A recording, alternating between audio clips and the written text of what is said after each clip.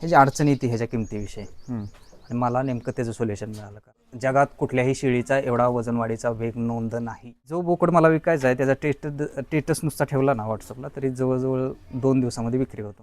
तर तुम्हाला कितपत खरं वाटेल. हे 3.5 महिन्याचा बोकड आहे, 27 किलो जिवंत वजन आहे, 2 मधला जिवंत वजन 27 किलो आहे. तर ही जी गुणवत्ता आहे ही आफ्रिकन बोरमध्ये जसं पैसे येतील अशी गुंतवणूक, एका वेळेस वन टाईम गुंतवणूक आपली नाही. त्यामुळे 20-22 शेळ्यामध्ये 5 ते 7 लाखाचा व्यवसाय होतो. पिल्लांमध्ये जास्तीचा खुराक असतो, जास्तीचा खर्च केला जातो, कारण हे जेवढं चांगलं दिसेल एवढं पटकन विकलं जाणार आहे. मग सांगायला ऐकायला तुम्हाला कदाचित सोपं वाटलं असेल, ते टाईम टू टाईम पाळणं तितकंच महत्त्वाचं आहे, थोडंसं क्रिटिकल आहे. 100रातले 10 लोक सक्सेस होतात ज्यांच्याकडे पेशन्स आहे. हा धंदा पेशन्स आहे. आज गुंतवणूक केली आणि उद्या तुम्हाला 4 पैसे उभं राहिलेत असं नाही. हा प्रश्न ज्यावेळेस 14 वर्षापूर्वी मी शेळीपालन म्हणजे ह्याच्यामध्ये गुंतवणूक करायचं ठरवलं, काय प्राणी घेतलं, तर हा खूप मोठा प्रश्न होता. आणि हा व्यवसाय आकर्षक आहे हे मान्य करावंच लागेल. मित्रांनो नमस्कार. आज आपण आहोत NK बोर फार्ममध्ये. पहिल्या व्हिडिओमध्ये आपण बघितलं NK शीप फार्म. त्या व्हिडिओमध्ये त्यांनी जी माहिती सांगितली अतिशय माहितीपूर्ण माहिती ठरली असेल तुम्हाला. तसेच आपण आता शीप बोर फार्मविषयी माहिती घेणार आहोत. त्यांनी जेथून सुरुवात केली म्हणजे शेळीपालनापासून त्यांनी सुरुवात केली, तर बोर त्यांनी का निवडलं, आफ्रिकन बोर जातीकडे ते का आले याची माहिती आपण घेऊया. आणि स्वतः एक वेटरनरी डॉक्टर असून प्रत्येक ठिकाणी व्हिजिट करत असतात, पण त्यातून पण ते या व्यवसायामध्ये टिकून राहिलेले आहेत. चला तर मग जाणून घेऊया की कसं ते टिकून राहिलेले आहेत आणि संपूर्ण नियोजन त्यांचं कसं चालतं, डेली शेड्यूल काय काय आहे हे संपूर्ण आपण जाणून घेऊया. मित्रांनो नमस्कार. आपण आहे आत्ता NK बोर गोट फार्म आणि हा आपला आहे बघा शेळ्यांचा फार्म, जिथं आपल्याकडे शुद्ध चांगल्या जातीच्या आफ्रिकन बोर शेळ्या ठेवल्या जातात.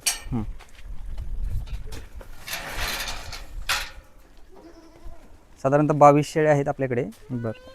चांगल्या गुणवत्तेच्या पिल्लं देणाऱ्या 22 शेळ्या आहेत. आणि हा टोटली कप्पा आता आपला पिल्लांचा आहे. हा पिल्लांचा कप्पा आहे. साधारणतः 13-14 वर्षापासून आपल्याकडे आफ्रिकन बोर ठेवलं जातं. आणि आत्तापर्यंतचे उत्कृष्ट असे रिझल्ट आफ्रिकन बोरमध्ये आले. बऱ्याचशा गोष्टीचा चांगला अनुभवही आला ह्याच्यामध्ये की आफ्रिकन बोर त्या मानाने अजूनही त्यांची किंमत चांगली आहे. त्याच्यामुळे त्याचा अपप्रचारही खूप जास्त प्रमाणात केला जातो. जसं की काही गोष्टी अनुभवातून सांगायच्या झाल्या तर हे बॉयलर आहे किंवा ह्याचं मीठ चांगलं लागत नाही, मटण चांगलं लागत नाही, असं सर्रास अपप्रचार केला जातो. त्याच्यामागं महत्त्वाचं रिझन हेच आहे की हे बघा काय आहे की ह्याच्यामध्ये ही प्राणी ज्यावेळेस आपण बाजारामध्ये मार्केटमध्ये नेतो विक्रीला, अजून तशी गरज लागली नाही आपल्याला, पण जो कोणी नवीन शेतकरी ह्याचं एखादं पिल्लू घेऊन गेला, मॅनेजमेंट जमलं नाही जमलं किंवा इतर कुठल्या कारणाने त्याची पिल्लं तो बाजारामध्ये घेऊन गेला, तर बऱ्याचशा वेळा व्यापारी वर्ग काय असतो त्यांचा, त्यांना जो विक्रीला करायला आलाय त्याचा मॉरल डाऊन करायचा असतो. म्हणजे काहीतरी सांगून त्या प्राण्याला, मग त्याच्या मागं ही झालेला अपप्रचार आहे की मला तुमचा प्राणी कमी पैशामध्ये मिळवायचा आहे, मग मी त्याच्या मागं काहीही सांगणार, जसं की मटण चांगलं लागत जात नाही किंवा जर्सया किंवा आपल्या इथं कोण खात नाही, ह्या गोष्टींचा अपप्रचार केला जातो. ह्या सर्वांसाठी ज्यालाही कुणालाही शंका असेल आफ्रिकन बोरबद्दल तर मित्रांनो, गुगल सर्वात मोठं माध्यम आहे. गुगलला विचारा, ChatGPTला विचारा, जेमिनीला विचारा, जे कुठल्या तुमचे हे जे आहे, जगात सर्वात जास्त सांभाळलं जाणारा, सर्वात जास्त रिसर्च केलेलं ब्रीड एकमेव आहे आफ्रिकन बोर. आणि ते प्रसिद्धच आहे त्याच्या मटणाच्या गुणवत्तेसाठी. तर मटणाची गुणवत्ता म्हटली की आपल्या इकडे काही पण अर्थ लावला जातो, जसं आयुर्वेदिक आहे का, त्याचे काय मेडिकल व्हॅल्यू आहे का, असं नाही हो. मेडिकल व्हॅल्यू आयुर्वेदिक असं काही नसतं. मटणाची गुणवत्ता ही त्याच्या मटणामध्ये असणारं न्यूट्रिशन ह्याच्यावरती कॅल्क्युलेट केली जाते. तर कॅल्क्युलेशन काय असतं ह्यांच्या शरीरामध्ये, फॅट, प्रोटीन असल्याच गोष्टी ना. तर ह्याच्यात सर्वात कमी फॅट म्हणून ह्याची नोंद आहे. मग 100 किलोचा जरी बोकड कापला तर त्याच्यापासून मीठ पर्सेंटेज जास्त मिळतं, फॅटचं कमी मिळतं. आणि इतर जे आपले देशी ब्रीड आहेत, जर 100 किलोचा बोकड कॅपॅसिटी नसताना आपण तेवढा केला तर त्याच्यामध्ये फॅटचं पर्सेंटेज जास्त येतं. म्हणजे ह्याच्यामध्ये खाण्यायोग्य मांसल प्रोटीनयुक्त भाग हा जास्त असतो. त्याच्यासाठी हे डेव्हलप केलेलं ब्रीड आहे आफ्रिकेमध्ये 60-70 वर्षापासून. आपल्या भारतामध्ये साधारण 30-35 वर्षापूर्वी निमकरांनी ह्याचे काही एम्ब्रियो आणलेले आणि तिथून पुढं ह्याचा प्रचार आणि प्रसार झाला. विक्रीसाठी मित्रांनो बिलकुल ह्याची माहिती सांगत नाही, पण तुम्ही एकदा गुगलवरती डेफिनेटली सर्च करा. तर हे वजनवाढीचा वेग जगात 1 नंबर आहे आणि तसंच कुठल्याही क्लायमेटला सेट होण्याचा गुणधर्म ही 1 नंबर आहे. बंदिस्तमध्ये परफॉर्मन्स इतर कुठल्याही ब्रीडपेक्षा 1 नंबर आहे. बाकी खूप सारी माहिती तुम्हाला गुगलवरती डेफिनेटली मिळेल. ज्या प्रकारे तुम्ही म्हणताय की भरपूर सर्च केलं जातं या जातीला, तर या जातीविषयी काय सांगाल आणि काय या जातीकडे आपण वळलं पाहिजे असं तुमचं म्हणणं आहे? बघा, आपला ही स्पेसिफिकली जर महाराष्ट्रातला अभ्यास करायचा झाला तर आपल्याकडे स्थानिक जाती खूप चांगल्या आहेत. कमतरता आहे की आपण त्याच्यामध्ये काम केलेलं नाही. आपल्याकडे उस्मानाबादी एक्सलेंट ब्रीड आहे, पण कुणी त्या सिलेक्टिव्ह ब्रीडवरती कामच केलं नाही. हे ऑलरेडी आपल्याला डेव्हलप झालेलं ब्रीड मिळाले. डेव्हलप म्हणजे काय तर थोडक्यात तुम्हाला त्याचा इतिहास सांगतो जेवढा मला माहिती आहे. म्हणजे की ज्यावेळेस 70-80 वर्षापूर्वी आफ्रिकेमध्ये ह्या ब्रीडवरती डेव्हलप करायचं चाललेलं, तर ते काय इतर कुठल्या ब्रीडला क्रॉस केलं असं वेगवेगळं कुठल्या त्याच्यात डुकराचं जेन्स टाकलं कोणी काही म्हणतं, असं काही नसून सिलेक्शन पद्धतीने म्हणजे 100 शेळ्यातल्या 10 उत्कृष्ट पिल्लं देणाऱ्या शेळ्या त्यांनी निवडल्या. त्या 10 मधल्या पुन्हा ज्या पिल्लांची वजन वाढ ज्यांच्या होती त्या निवडल्या. असं सिलेक्शन एक गोष्ट ते क्लिअर करत गेले सिलेक्शन पद्धतीने आणि त्याच्यातून तयार झालेलं हे ब्रीड आहे. इतर कुठल्याही जातीचं क्रॉस नाही किंवा जर्सी नाही किंवा बॉयलर असे काही कन्सेप्ट नाही. तर ह्याच्यामध्ये वजन वाढीचा वेग साधारण योग्य मॅनेजमेंटला 200 ते 350 ग्रॅम पर डे आहे. इतर जगात कुठल्याही शेळीचा एवढा वजन वाढीचा वेग नोंद नाही. जरी एखादा म्हटला की माझ्याकडे शेळी तिचं वाढत असेल बाय चान्स, पण नोंद नाही. आणि नोंद करण्यासाठी खूप मोठ्या क्वांटिटीमध्ये रिसर्च करावा लागतो. असं 1-2 शेळ्याचा केला जात नाही. त्यामुळे ह्याची नोंद आहे. मटणाची गुणवत्ता अतिशय चांगली आहे. आणि स्पेसिफिकली ज्यावेळेस आपण बंदिस्त करणार, तुम्हाला जर सांगितलं की उस्मानाबादी आपल्या महाराष्ट्राची शान आहे, पण त्याच्यावरती आपण डेव्हलपमेंटचं काम कोणी केलेलं नाही. पारंपरिक पद्धतीने जी चराव पद्धतीने होती तशीच आहे अजून ना, त्याच्यात सिलेक्शन केले. त्यामुळे ती शेळीची पिल्लं जर आपण बंदिस्त केली तर आपल्याला पाहिजे असा परफॉर्मन्स मिळत नाही, पाहिजे ती वजन वाढ मिळत नाही. आणि ह्या व्यवसायच फक्त वजनासाठी मटणासाठी केला जाणार आहे. त्यामुळे काही गोष्टी अनिवार्य आहेत ज्या आपण मान्य केल्या पाहिजेत. मी स्वतः मान्य करतो की उस्मानाबादी आपल्या महाराष्ट्राचं काळं सोनं आहे, पण ती मला बंदिस्त ठेवायला परवडेलच असं बिलकुल नाही. आता यामध्ये विक्रीचं नियोजन कसं असतं? हेही पैदाशीसाठी विकलं जातं आता सध्या तरी. म्हणजे आता हे ज्यात दिसतात हे ह्याच्यातल्या 6 माद्या बुकिंग आहेत, 4 नर बुकिंग आहेत आणि राहिलेले सगळे नर हे एक तर पैदाशीसाठी जातात ज्यांना क्रॉसिंग देशी शेळीला करायचं इतर कुठल्या ब्रीडला, किंवा सर्वात चांगलं मार्केट चाललं आहे ते आता ईद मार्केट. ईदला कन्फ्यूज होऊ नका, ईदला मी एकही प्राणी जागेवरून विकत नाही. तर तुम्हाला कितपत खरं वाटेल, हे 3.5 महिन्याचं बोकड आहे, 27 किलो जिवंत वजन आहे, 2 मधला जिवंत वजन 27 किलो आहे. तर ही जी गुणवत्ता आहे ही आफ्रिकन बोरमध्ये 13-14 वर्षामध्ये जवळजवळ भारतीयातील चांगल्या नावाजलेल्या ब्रीडमध्ये आपण हे काम केलेलं आहे कमी जास्त प्रमाणात. आणि त्याच्यातून जर निवडून मी हेच ठेवलं असेल, विकलंही जातं. ह्याच्यासाठी एक गोष्ट सांगेल विक्रीच्या मॅनेजमेंटला की मार्केटिंग डेफिनेटली करावं लागतं, गरजवाल्या लोकांपर्यंत पोहोचावं लागतं. हे विकलं कुठे गेलं पाहिजे, माद्या कुठं विकल्या पाहिजेत, नर कुठं विकले पाहिजेत. आणि हे कालांतराने म्हणजे जसं तुमचा जास्त दिवस तुम्ही त्याच्यात काम करणार आहे तशा गोष्टी सापडत जाणार आहेत. तुमचं साधारण विक्रीचं नियोजन कसं आहे आता सध्या बघा, आपल्या सोशल मीडियावरती आपण जवळजवळ 16-17 पासून बऱ्यापैकी आपण मार्केटिंग करतो, काम करतो. मग काय असेल, मेडिकल मॅनेजमेंटविषयी व्हिडिओ टाकत असेल, विक्रीविषयी टाकत असेल, अशा वेगवेगळ्या विषयाशी आपण, त्यामुळे भारतातील कानाकोपऱ्यापर्यंत आपला माल जातो. लोकांना सोशल मीडियाद्वारे आपण पोचलो. गरजवंत लोक फोन करतात, इथून येऊन खरेदी करून जातात, कुठल्याही मार्केटला न्यावं लागत नाही, काय नाही. तसेच जो 50% माल आहे तर प्रॉपरली ब्रीडिंगसाठी जातो. कारण बघा, ब्रीडिंगचा कन्सेप्ट असा आहे की ह्यातली चांगली पिल्लं ही पैदाशीसाठी जाणार आहेत, चांगले पैसे देणार आहेत. म्हणजे ही सरसकट सगळी पिल्लं जाणार नाहीत. 30% माल हा ईदसाठी जातो. जसं तुम्हाला सांगितलं की सिटी पुणे मुंबईमध्ये तुफान मागणी आहे. त्या लोकांमध्ये तशा लोकांचा आत्तापर्यंत जवळजवळ कमीत कमी 2,500-3 हजार लोकांचे कॉन्टॅक्ट आहेत. बरं. तर जो बोकड मला विकायचा आहे त्याचा स्टेटस नुसता ठेवला ना व्हॉट्सअपला तरी जवळजवळ 2 दिवसामध्ये विक्री होतो. लोकांचं म्हणजे आता एवढे दिवस काम करतोय, थोडंसं हे झालेलं आहे, ओळख झालेली, ती तयार झालेलं आहे. आणि 20% राहिलेला माल हा प्रॉपरली कटिंगसाठी जातो. तुम्हाला खरं वाटेल नाही. आणि व्यापारी इथं येऊन नेतात फॉर्म्युला तोच. मी हे माझं 30 किलोचं पिल्लू आहे समजा, तर 400 ते 450 रुपये किलोनी जागेवरनी कटिंगसाठी विकलं जातं.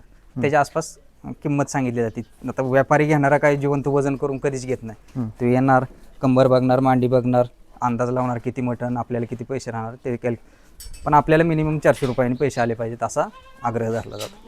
खर्च आणि उत्पन्नाचं कॅल्क्युलेशन कसं आहे यामध्ये? आता बघा, हे मोस्टली जास्त पैदाशीसाठी विकलं जातं. बरं. जसं की तुम्हाला सांगितलं 50% आणि 30% जे ईदला बोकड जातात ते हे चांगले पैशाने जातात.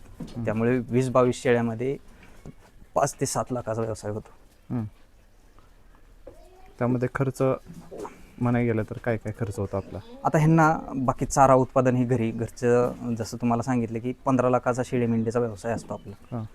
त्याच्यामध्ये जास्त करून मला खर्च असेल तर तो आहे खुराकाचा. बरं. साधारणतः ह्या दोन्ही गोट्यांसाठी 12,000च्या आसपास खुराक लागतो मंथली. पकडून त्याला 1-1.5 लाख रुपयाचा खुराक वर्षाला. आणि इतर खर्च 1-1.5 लाख. त्याच्यामध्ये शेतीचा खर्च असेल तो त्यांना चारा पिकवायचा आहे, तो मेडिसिन असेल, 3 लाखाच्या आसपास दोन्ही गोटे मॅनेज होतात. खुराक, मेडिकल आणि शेती. आता यांचं योग्य प्रकारे मॅनेजमेंट कसं केलं जातं? दैनंदिन शेड्यूल काय असतं तुमचं?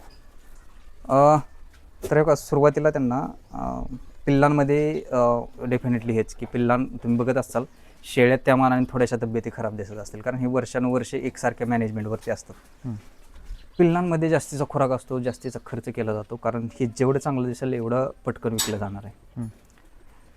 त्यामुळे ह्यांच्यामध्ये चांगल्या प्रकारचा खुराक मुबलक प्रमाणात दिला जातो, ज्यामध्ये शेंगदाणा पेंडे, हरभरा चुन्निया, मका चुन्निया आणि 2 टाईम पाला बांधून ठेवला जातो. तर पिल्लांमध्ये हितही लक्ष दिलं जातं, चांगल्या प्रकारे लक्ष दिलं जातं. शेळ्यांचं बेसिक मॅनेजमेंट 2 टाईम चारा. जर विलेली शेळी असेल तर तिला जोपर्यंत पिल्लू पेते तोपर्यंत साधारण 300 ते 400 ग्रॅम खुराक दिला जातो, जो कुठला अवेलेबल असेल. मका असेल, गोळीपेंड असेल, जो त्या सीझनला स्वस्त असेल. खुराकाचा फॉर्म्युला एकच, मला जो कमी पैशात मिळतोय तो मी वापरतो. जो अवेलेबल असेल तो खुराक वापरला जातो सकाळचा. नंतर त्यांना डेफिनेटली जो त्यांचा चारा आहे रेग्युलर, जसं की मका असेल, तुती असेल, दोन्ही 50-50%. संध्याकाळचा मेथी घास आणि सुपर नेपियर दोन्ही 50-50%. असंच नियोजन केलं जातं. काही एखाद्या चाऱ्याची कमतरता असेल तर ते खुराकाद्वारे कशी पूर्ण करता येईल, कारण अडचण ही चारा हा न संपणारा विषय आहे. अडचण डेफिनेटली वर्षातून एकदा तरी येणारच. त्यावेळेस मी काय देऊ शकतो त्यांना? बरं, माझ्याकडे द्विदल वर्गीय चारा कमी पडला आहे, तर मग मी द्विदल वर्गीय खुराक ॲड केलं जातं. शेंगदाणा पेंड असेल, हरभरा चुन्नी असेल, ते टेम्पररी, कंपल्सरी काहीही नसतं. कंपल्सरी असतं ह्यांच्यामध्ये किती अडचण असली तरी जास्तीचा खुराक, जास्तीचं लक्ष हे ह्यांच्याकडे, कारण हे 3 ते 5 महिन्यामध्ये विक्री होणार आहे, ह्यांना दिलं जाणार आहे. आणि हे मेन आहे आपलं इन्कम सोर्स आहे. तेव्हा ह्यांच्याकडे जास्तीचा खुराक, जास्तीचं ही ह्यांना 2 टाईम गुणवत्तेचा चारा. डेफिनेटली जर चारा कमी असेल तर त्याची गरज ही खुराकाद्वारे भरून काढायची. आणि समजा दोन्ही टाईम जर चांगला गुणवत्तेचा मुबलक चारा असेल तर खुराक 0. आता तुम्ही सुरुवात केली शेळी पालनापासून, यामध्ये तुम्ही आफ्रिकन बोरकडेच का आला, उस्मानाबादी पण करू शकता? अच्छा, हां. आता ह्याच्यामध्ये काय झालं की मी जिथं संपर्कात होतो नेमकर, तिथं एक्झॅक्टली ह्याच्यामध्ये अडचण काय येते अजूनही लोकांना. एखादा माणूस मान्य पण करेल त्याला इतर ब्रीडपेक्षा ही वजन वाढीला चांगलं आहे किंवा त्याच्यात बंदिस्त होण्याचा गुणधर्म हे चांगला आहे. ह्याची अडचण येते ह्याच्या किमतीविषयी. आणि मला नेमकं त्याचं सोल्युशन मिळालं, कारण मी संपर्कात होतो नेमकरांच्या आणि तिथं रोज गिऱ्हाईक येत होतं. त्यांच्या संपर्कात राहून मला कळालं की हे विकलं जाते, हे कसं विकायचं हे कळालं. त्यामुळं डेफिनेटली की ह्याच्यामध्ये आपण सुरुवातीला इन्व्हेस्टमेंट केली की विकलं जाते. कितीपासून सुरुवात केली? 14ला. किती शेळ्यांपासून सुरुवात केली? असंच फॉर्म्युला, जसं पैसे येतील अशी गुंतवणूक. एका वेळेस 1 टाईम गुंतवणूक आपली नाही किंवा कोणी करू पण नाही. आणि त्याच्यातून एक गोष्ट चांगली शिकायला मिळाली, माझं मार्केट वाढलं जसं संख्या वाढेल अशी. माझ्याकडे छोट्या मोठ्या गोष्टीचं ज्ञान आलं, काय लागतंय काय नाही. रिस्क हा फॅक्टरच राहिला नाही. छोट्यातून सुरुवात करणं त्यासाठी खूप फायदेशीर राहतं. आता या शेडचं स्ट्रक्चर कसं केलेलं आहे मला सांगा, आणि पूर्ण कप्प्यांचं नियोजन कसं आहे? आता बघा, शेळ्या सांभाळत असताना शेळ्यांना पार्टिशनची रिक्वायरमेंट लय असते, कारण शेळी असा नैसर्गिक प्राणी आहे की तुम्ही 4 शेळ्या जरी ठेवल्या तरी त्यातली एक बांधून ठेवावं लागते, कारण त्यांच्यामध्ये भयंकर स्पर्धा असते, मारामारी असते. आणि त्याच्यामध्ये अबॉर्शन होण्याचे चान्सेस जास्त असतात. त्यामुळे तुम्ही बघत शकत असताल हे 5 कप्पे येते, एक स्वतंत्र 6 कप्पे केल्यात, 20-22 शेळ्यांना 6 कप्पे लागलेत. एक पिल्लांचा कप्पा आहे तो सोडून द्या. ह्याच्यामध्ये तोच विषय, तुम्हाला मजबूत पार्टिशन पाहिजे. तुमच्या शेडवरती कसं या अजिबात त्याला काय व्हॅल्यू नाही. फॉर्म्युला तोच 30% सावली 70% ऊन, ह्यांनाही ऊन तितकंच गरजेचं आहे. पण पार्टिशन खूप जास्त लागतात आणि हेवीमधली म्हणजे असं मेंढी इतकी मारामारी करत नाही. तर ते आपल्याला सुरुवातीला जाळीचं पार्टिशन केलेलं, ठराविक दिवसांनी ते खराब झालं, नंतर प्रॉपरली वेल्डिंग पाईपमध्ये केलेलं. आता शेस्टिकला कोणत्या कोणत्या कप्प्यामध्ये कसं नियोजन आहे एकदा दाखवता?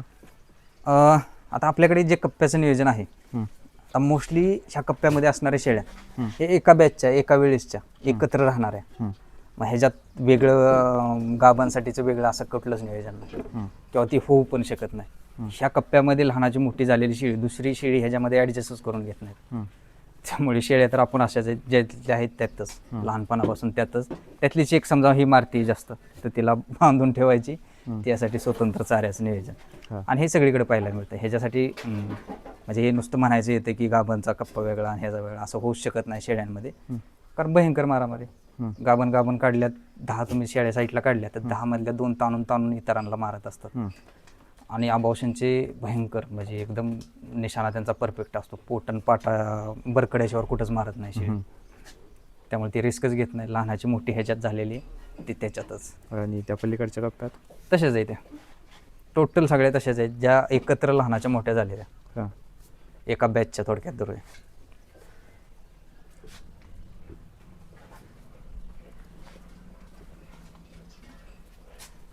आता आपण बघितलं तर यामध्ये सांगा की शेळीपालनामध्ये आजार कोणते कोणते आहेत यामध्ये? ह्याच्यामध्येही बघा, आता ज्यावेळेस तुम्ही मेंढीमध्ये काम करचाल तर त्या मानाने थोडेसे आजार कमी, कारण त्यांना जी संरक्षण कवच आहे निसर्गाचं लोकर, ती थंडी आणि पावसापासून त्यांचं संरक्षण करत असतं. त्या मानाने ह्यांना ते कवच नसतं. ह्यांना सर्वात जास्त पावसाळ्यात आणि थंडीत आजार होतात. निमोनिया म्हणजे सर्दी आणि जुलाब सर्वात जास्त हाय, एकदम जास्त आजार, ज्याच्या नियोजनामध्ये बेसिक अँटीबायोटिक असेल, मेडिसिन येतात ते देणं गरजेचं. आणि ह्याच्यामध्येही जानेवारीमध्ये PPR केला जातो, पुढल्या महिन्यामध्ये HS केला जातो, त्याच्यानंतर ETचे 2 डोस दिले जातात. ह्या 4 लसी म्हणजे PPR, HS आणि ETचे 2 डोस पावसाळ्याच्या आधी डेफिनेटली मोठ्या शेळ्यांमध्ये करून घेतले जातात. जे व्हायरल आजार आहेत त्याच्यावर कुठल्याही प्रकारचा एक्सक्यूज नाही, कुठलेही उपचार नाहीत. पिल्लांमध्ये 21 दिवसात झाल्याने AT+ TT, बूस्टर डोस 15 ते 20 दिवसांनी, आणि 3 महिन्यात झाल्याने PPR हे कंपल्सरी असतं. आता आजारपणच येऊ नये म्हणून कोणती काळजी घेतली पाहिजे आपण? मला वाटतं हे लसीकरण महत्त्वाचं आहे. बरं, सांगायला ऐकायला तुम्हाला कदाचित सोपं वाटलं असेल, ते टाईम टू टाईम पाळणं तितकंच महत्त्वाचं आहे, थोडंसं क्रिटिकल आहे. तर ही गोष्ट जर पाळली तर 70% आजार हे तुमचे कमी होणार आहेत, किंवा आजारी जरी पडली तर नीट होणार आहेत. पण हे लस जर नसेल तर सर्वात जास्त मॉर्टेलिटी, मृत्यू ही ह्या व्हायरल आजारामध्ये होते. PPR, HS आणि ET+ TT या दोन्हीचा कॉम्बो येतो. पहिले स्वतंत्र द्यायचो. ह्या लसी झाल्या तर 70% आजार तुमचे कमी झाले. इतर होणारच नाहीत असे नाहीत, पण किरकोळ सर्दी राहील, जुलाब राहील, कधी कधी थायलेरिया, ॲनाप्लाझ्मासारखे कवचित आजार राहतात, ज्याच्यावरती उपचार येतात आणि रिकव्हरीही 100% मिळते योग्य वेळेस जर उपचार केले तर. आता लहान पिल्लू विक्रीपर्यंत असतोपर्यंत किती वेळ लागतो? कशी विक्री होते? आपल्याकडे साधारण 3.5 ते 5 महिन्याची पिल्लं विक्री केली जातात. जे काही ठराविक बोकड आहेत, एक्सलेंट बोकड आहेत, जसं की आता हा बोकड आहे बघा, तर हा बोकड आपण साधारण 7 महिने ठेवतो. 50-60 किलोच्या वजनात चांगल्या पैशामध्ये ईदसाठी विकतो. पण ब्रीडिंगचे जे आहेत ते 3.5 ते 5 महिन्यामध्ये विकले जातात. आतापर्यंत हायेस्ट विक्री झालेलं कुठलं होतं? आता भोरशी निगडीत आहेत त्या लोकांना कदाचित थोडंसं खरं वाटेल. आपल्याकडे 1,80,000ला एक पाट विकलेली 2022-23ला. असे बोकड म्हणजे आता हा जर तुम्हाला सांगितला हा 55,000 रुपयाला 60 किलोचा करून द्यायचा आहे. आता साधारण 32-33 किलो असेल, अजून 3 ते 4 महिन्यामध्ये जाईल. अशी विक्री 55-60 हजाराची नरांची, माद्यात 30,000 रुपयांनी बुकिंग आहेत 3.5 महिन्याची. अशी वर्षातून कमीत कमी 5-6 बोकड विकले जातात आपल्याकडे, जे मोस्टली ईदसाठी घेतात. ती पुढल्या वर्षीच्या ईदसाठी, आत्ताची नाही. त्यांना तेवढ्या वजनाचा त्या वयामध्ये करून जर दिला तर लोक डेफिनेटली पैसे लावतात. म्हणजे ते बुकिंग आधीच होतं त्यांचं. हा त्यांचं आधीच होतं.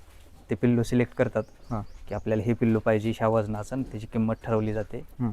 बुकिंग अमाऊंट घेतली जाते थोडी, 2,000 रुपये 3,000 रुपये, आणि योग्य वेळेत योग्य वजनात त्यांना दिलं जातं. आता तुम्ही जसं की सांगताय की तुम्ही विक्रीसाठी सोशल मीडियाचा भरपूर वापर करता. बरोबर. मग ज्यांना सोशल मीडिया जास्त जमत नाही त्यांनी कसं केलं पाहिजे नियोजन मग मला विक्रीचं? वाटतं जे हाताळायला शिकतात आपल्यासारखे लोक, त्यांच्यापर्यंत जरी पोचलं तरी म्हणजे मी तरी तुम्ही पाहचाल निक भगत म्हणून एक यूट्यूब चॅनल होता, जो 2016ला 15ला का 16ला पहिला व्हिडिओ आहे आपला. बरं. आणि माझं शेळीपालन तिथून पुढे लय फास्ट वाढलं. शेळीपालन वाढेल कधी तुमचं विकलं तर, लोक तुम्हाला विचारली तर. लोकांनी तुम्हाला माझा चांगला अनुभव सांगतो मोबाईलचा. 2015-16ला हे नवीनच माध्यम होतं, म्हणजे इतकंच वापरलं जात नव्हतं यूट्यूब हे ते, आणि शेतीशी निगडीत तर खूप कमी. तर ज्यावेळेस व्हिडिओ आला, लोकांनी पाहिला, लोक इन्क्वायरी करायला लागले, तर मला आत्मविश्वास वाढला ना की मी हे करू शकतो. जर मी लाखाचा प्राणी घेतला आणि त्याला कोणच विचारणार नाही, त्याची इन्क्वायरीज नाही, तर हे मोरल डाऊन व्हायचे काम आहे ते. त्यामुळे जितकं लवकर तुम्ही सोशल मीडियावरती येचाल, तुम्ही जे काय छोटं मोठं करता हे लोकांना दाखवचाल. आज प्रत्येक छोट्या मोठ्या गोष्टीला बघणारे लोक तयार झाले. तेवढा तुम्हाला आत्मविश्वास येईल, तेवढं तुम्ही करू शकता. तर तुम्ही इतरांना इंटरव्ह्यू डेफिनेटली दिले पाहिजेत. जर तुम्हाला जमत नसेल तर तुम्ही कुठल्या ना कुठल्या माध्यमातून लोकांपर्यंत पोहोचले पाहिजेत. आता आपल्याकडे रिपीट कस्टमर येतात का मग? आणि ज्यावेळेस एखादं मादी असेल किंवा नर असेल घेऊन जातात, त्यांच्या रिझल्टमध्ये काय प्रतिक्रिया असतात समोरच्या कस्टमरच्या? बघ आता पटेल नाही पटेल, पण ह्याच्यामध्ये सक्सेसचा रेशो अतिशय, काम करायला स्कोप काय तर सक्सेसचा रेशो कमी आहे. आता सक्सेसचा रेशो का कमी आहे तर कदाचित इंटेन्शन बरोबर नाही, कदाचित माहिती बरोबर घेतली नाही, XYZ जे त्यांचं काय असेल ते. तर सक्सेसचा रेशो अगदी 10-12% आहे. 100रातले 10 लोक सक्सेस होतात, ज्यांच्याकडे पेशन्स आहे. हा धंदा पेशन्स आहे. आज गुंतवणूक केली आणि उद्या तुम्हाला 4 पैसे उभं राहिलेत असं नाही. पैशाचं थोडा की अगदी प्राणीच तयार झाला आहे तुमचा, या गोष्टी शिकायच्या त्या. ही गुंतवणूक कुठल्या स्टेजमध्ये केली पाहिजे, किती केली गेली पाहिजे, हे अतिशय महत्त्वाचं. आपण मेंढी पालनाचा फार्म बघितला, तो एकूण लांबी रुंदी कशी आहे आणि या फार्मची लांबी रुंदी कशी आहे? तर तो आपण नंतर बांधला. म्हणजे तिथं आपण आधी बिटलचं ट्रेडिंग करत होतो. बरं. शेळीपालनाशी निगडीत. त्याच्या आधी शिरोईचे करत होतो. म्हणजे सुरुवातीला 16-17ला ट्रेडिंगचा व्यवसाय पण होता आपला ह्याच्याबरोबर. तर नंतर ट्रेडिंगमध्ये मॉर्टॅलिटी, किंमत वाढल्या, त्याच्यामध्ये अडचणी, परत ते बंद करून आपण तिथे मेंढ्याचा केला. त्यामुळे तो गोटा जसा होता, जसा बांधू शकत होतो तिथं तेवढ्या जागेमध्ये, तसा बांधलेला. हा आपण सुरुवातीचा गोटा आहे. हा इथं प्रॉपरली कोबा होता. ही असा 24 आणि असा 32 आहे. बरं. आणि हे 10 शेळ्यांचं केलेलं प्लॅनिंग होतं त्यावेळेस. असं काही खूप मोठं नव्हतं. मग आता 20-22 शेळ्या झाल्या तर राहतात, ठीक आहे. लहानाच्या मोठ्याच इथं झाल्या त्या, आणि पूर्ण क्षमतेने भरलेला गोटा आहे मला आत्ता असं वाटतं. म्हणजे ह्याच्यापेक्षा जास्त करू शकत नाही. करायचं म्हणलं तर वाढवावं लागतील, आणि करायचं मेन काही कारण पण नाही. जर मी ही पिल्लं चांगल्या पैशाने विकतोय तर मोकळ्यात संख्या वाढवून किंमत कमी करणं चांगलं. आता टोटल किती आहेत? 22 शेळ्या आहेत पिल्ले देणार. 22. कॅपॅसिटी किती आहे साधारण या फार्मची? हा, ही जो कप्पा आहे, मग आता तुम्ही 15 आणि हा 12-24, 15x24 मध्ये फक्त 6 ते 7 शेळ्या राहतात. शेळीला जागा खूप लागते. मेंढी इतकी कमी जागेमध्ये राहू शकत नाही. मेंढी खूप कमी जागेत राहते. मेंढी ग्रुपने राहते. शेळी तुम्हाला बघा, तुम्ही कुठली शेळी जवळ बसत नाही. तशीच मारामारी पण असते शेळ्यांसाठी. म्हणजे मेंढीला 15 स्क्वेअर फूट जागा हे जी भरपूर झाली. शेळीला 25-30 स्क्वेअर फूट एका शेळीला जागा पाहिजे जर तुम्हाला बंदिस्त करायचं असेल तर. 30 स्क्वेअर फूटमधलं 15 शेड करा आणि 15 ओपन ठेवू शकता, ज्याच्यामध्ये ओपनमध्ये खर्च कमी येणार आहे. आपल्याला जाळी खोबाच वाढवायचा आहे. आता तिथे एक मला प्रश्न विचारायचा राहिला की जे कप्पे जे आपण तयार करतो त्यामध्ये जी लांबी रुंदी असेल ती कशी ठरवली जाते आणि कशी आपण ठरवली पाहिजे त्यामध्ये? बघा, आता एकदम नवीन करणार असाल तुम्ही, आता हे दोन्हीचं भिन्न राहील, पण एक कॉमनली माना, नवीन शेडची रचना करणार असाल तर ह्याच्यामध्ये 3 कप्पे अतिशय महत्त्वाचे आहेत. एक आहे रेग्युलर शेळ्यांचा आपला, एक आहे गाभण शेळ्यांचा असावा, जेणेकरून भले ते बांधून का ठेवायच्या व्हायनात, कारण त्यांना जे जास्तीचं खुराक द्यायचे, जास्तीचा खर्च करायचा तो सगळ्या शेळ्यांबरोबर त्यांना शक्य नाही होणार, किंवा बाकीच्या सगळ्यांना गरज नसताना पण देणं काही योग्य राहणार नाही. ज्यांना जास्तीचं खुराक, मेडिसिन, औषध द्यायचे त्यांच्यासाठीचा म्हणजे गाभण शेळ्यांचा एक कप्पा असला पाहिजे. गाभण म्हणजे 3.5 महिन्याच्या पुढल्या, आणि डेफिनेटली काही नसलं तर पिल्लांचा एक कप्पा पाहिजे. ह्यांच्यावरती आपलं सर्वात जास्त लक्ष असलं पाहिजे. ह्यांना जास्तीचा खर्च केला तरी चालेल, थोड्या दिवसामध्ये तयार करून आपल्याला हे विकायचे असतात. हे दिवसभर शेळीपाशी नाही राहिलं पाहिजे. त्यामुळे हे 3 कप्पे, एक रेग्युलर शेळी, गाभण शेळी आणि पिल्लांचा, हे 3 कप्प्याचं नियोजन तरी सुरुवातीला असलं पाहिजे. जागा किती असली नंतर हे तुमच्या गरजेनुसार सतत बदलणार आहे. एका शेळीला तुम्हाला सांगितलं की एका शेळीला साधारण 30 स्क्वेअर फूट तुम्ही पकडा, 15 स्क्वेअर फूटचं शेड असलं पाहिजे, शेडमध्ये जागा, आणि 15 स्क्वेअर फूट हे ओपन पेस असलं पाहिजे. 10 शेळ्या असतील तुमच्या तर 300 स्क्वेअर फूटचं, 150 स्क्वेअर फूटचं शेड पाहिजे आणि 150 स्क्वेअर फूट तुम्हाला ओपन पाहिजे. मग त्याच्यामध्ये तुम्ही 10-10 फुटाचे 3 कप्पे करा. आणि जे आपण मेंढी पालनाचा फार्म बघितला तिथं कसं नियोजन आहे आणि एकूण लांबी रुंदी कशी आहे त्या फार्मची? त्याची 43 लांबी आहे आणि त्याची 14 फूट रुंदी आणि 15 फूट ओपन पेस आहे. असं आता याचं तुम्हाला शेळी पालनाचं आफ्रिकन बोरचं भविष्य कसं वाटतं, कसं असू शकतं पुढे? आता हा प्रश्न ज्यावेळेस 14 वर्षापूर्वी मी शेळीपालन म्हणजे ह्याच्यामध्ये गुंतवणूक करायचं ठरवलं, काय प्राणी घेतलं, तर हा खूप मोठा प्रश्न होता. आणि अजूनही बऱ्याचशा नवीन शेळीपालकांसाठी हा प्रश्न मोठा आहे की हे सगळीकडे झाल्यावर मी विकायचं कसं. तर त्यातही अजून तेच सांगेल की तुम्हाला लक्षात आलं असेल की दूध व्यवसाय करणारे गायींच्या किमती कमी होतात का? कितीतरी गायींच्या संख्या वाढल्या, लाखाव किमती गेली. त्यामुळे ब्रीडिंग मार्केट असं झटक्याने एका मिनिटात कमी येईल असं बिलकुल नाही. त्याच्यात खूप सारे मार्ग आहेत. जसं ईदचं मार्केट, ईदचं मार्केट जर वर्षी तो प्राणी कटाई होऊन त्याची जागा नवीन प्राणीलाच घ्यावा लागणार आहे. तिथे असं एका गायीसारखं एक गाय तयार झाली 10 वर्ष मार्केटमध्ये राहते, ह्यांचा कालावधी खूप छोटा आहे. त्यामुळे असं डेफिनेटली सांगू शकत नाही किती दिवस चालेल, कितीच दिवस चालेल असं हे क्षेत्र आहे. मग आता ज्यावेळेस आत्ता भविष्यामध्ये समजा आफ्रिकन बोर सगळीकडे झालं, खूप साऱ्या जागेवर झालं, तर मी ईदसाठी मार्केटिंग करू शकतो, जे की संपणारं नाही. आणि ह्या 13-14 वर्षात जसं तुम्हाला सांगितलं सक्सेस रेशो कमी आहे, 12-15% आहे. त्यामुळं काही दरवर्षी जर 15 लाख तरुण सुशिक्षित बेरोजगार तयार होतात, त्यातले 1 लाख जरी शेतीशी निगडीत आले, त्यातले 10,000 जरी शेळीपालनाशी निगडीत आले, त्या 10,000मधल्याला एकाला आपल्याला गिराईक करायचं लय अवघड नाही, लोकांपर्यंत पोचता आलं तर. नवीन सुशिक्षित बेरोजगार तयार व्हायचं कमी होणार आहेत का? आणि हा व्यवसाय आकर्षक आहे हे मान्य करावंच लागेल.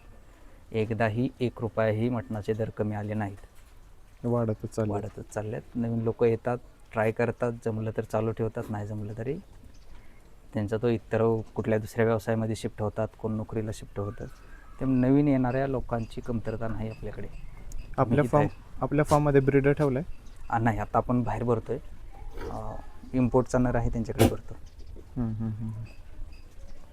चालेल दादा, तुम्ही संपूर्ण अतिशय सुंदररित्या माहिती दिल्याबद्दल खूप खूप धन्यवाद आणि तुमच्या पुढच्या वाटचालीस पण तुम्हाला खूप खूप शुभेच्छा. धन्यवाद.